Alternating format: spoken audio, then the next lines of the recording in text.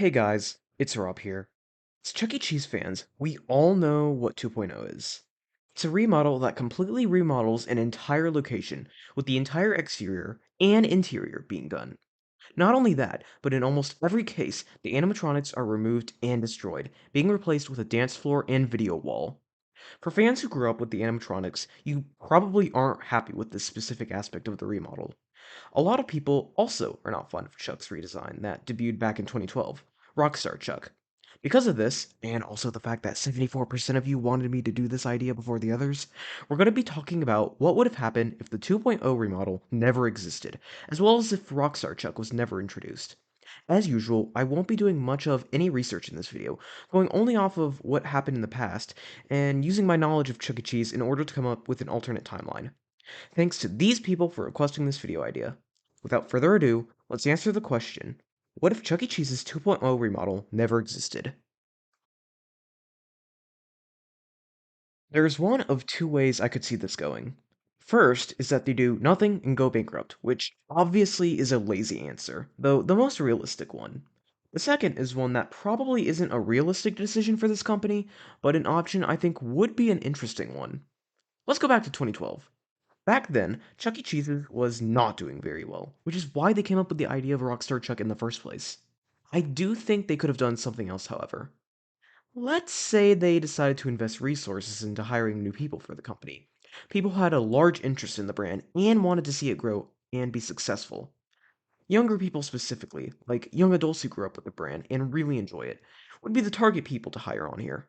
They'd be able to know what the current generation is enjoying more than the older people in the company, and their passion for the brand will allow them to truly understand what the consumer wants from the brand so that it can grow. Alright, now that that's settled, we can talk about the differences this would make.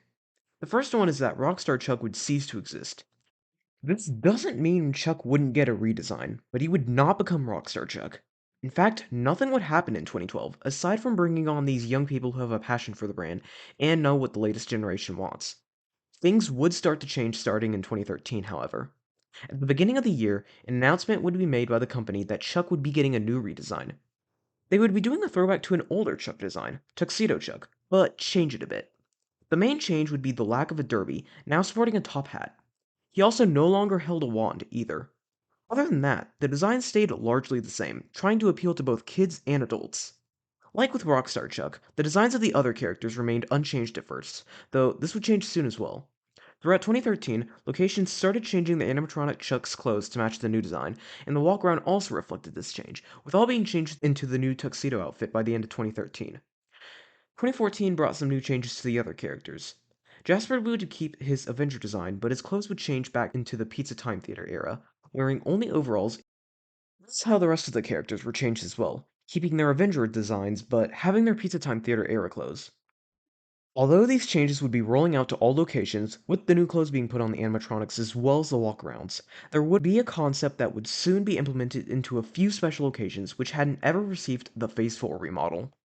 Locations such as Northridge, Linwood, and more with the older remodels would be the candidates for this new concept.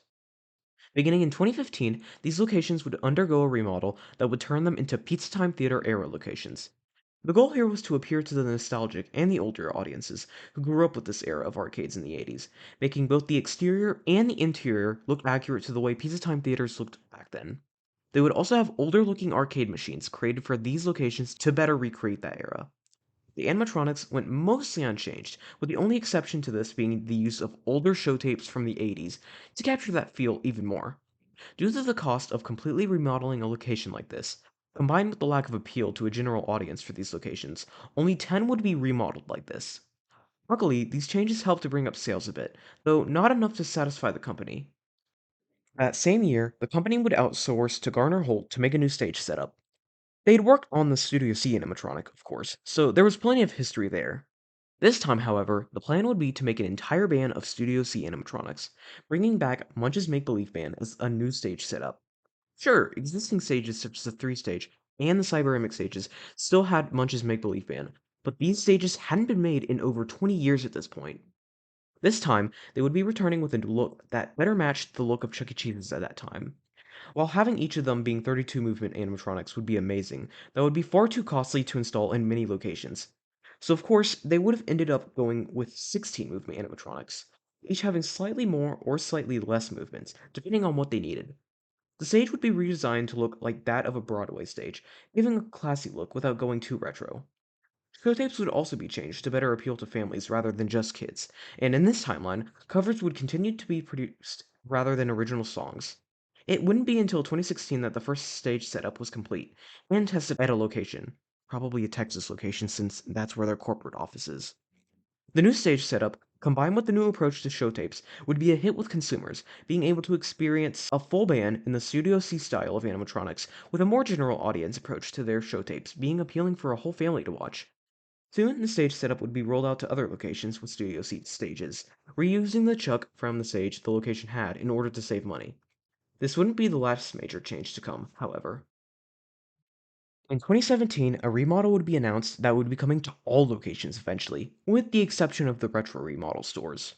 This would be a remodel that would modernize stores and make them more appealing to the modern consumer. It wouldn't be 2.0 though, but instead a remodel that transformed locations into a theater-like experience. Essentially a modern take on the Pizza Time Theater era, but being more like Broadway theater. This would add back dim lighting into stores as well as balcony seating that would stretch across the entire showroom. The walls would be painted black in order to make the interior seem darker, and new posters would replace the Phase 4 ones, being similar to the ones seen in the Pizza Time Theater days, with each of the main characters having their own character posters. The booths would be changed and look similar to 2.0 booths, with the theme of wood being common throughout the remodel. The exterior would be remodeled to look like that of a theater, helping to really capitalize on the Broadway theater look of the entire remodel. Although these changes were risky, they ultimately paid off, being a huge success for consumers looking for a different experience amongst all the different arcades, which struggle to be very different. The first location to get this would be a Texas location, and as I said, it was a huge success, so it ended up being rolled out to many locations, with the majority having it by 2023. Honestly, there's not much more I can say about this timeline. 2020 would see struggles for the company, which resulted in the closing of some locations, but they ultimately managed to make it out and would be doing well in 2023. Honestly, this timeline is interesting and pretty cool, but likely is my most unrealistic one so far.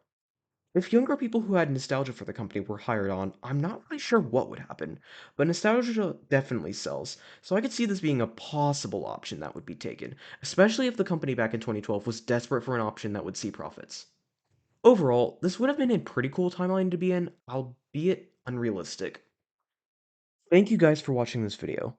This was harder to come up with than I thought it would be, seeing as it's up in the air what else Chuck E. Cheese's would have done if they didn't do Rockstar Chuck or 2.0, and I had to sort of settle with the fact that this is definitely more of a fan wish timeline rather than a realistic one necessarily, even if nostalgic fans were hired on. My next video is going to be covering the history of Showbiz Pizza Place and Chuck E. Cheese in Lynchburg, Virginia, and there's new stuff about the location that I'll be showing you guys in that video next week. If you're interested in seeing that, make sure to subscribe and ring the notification bell so you're notified when that drops next Friday at 3 p.m. EST. Anyways, I'll see you guys in the next video.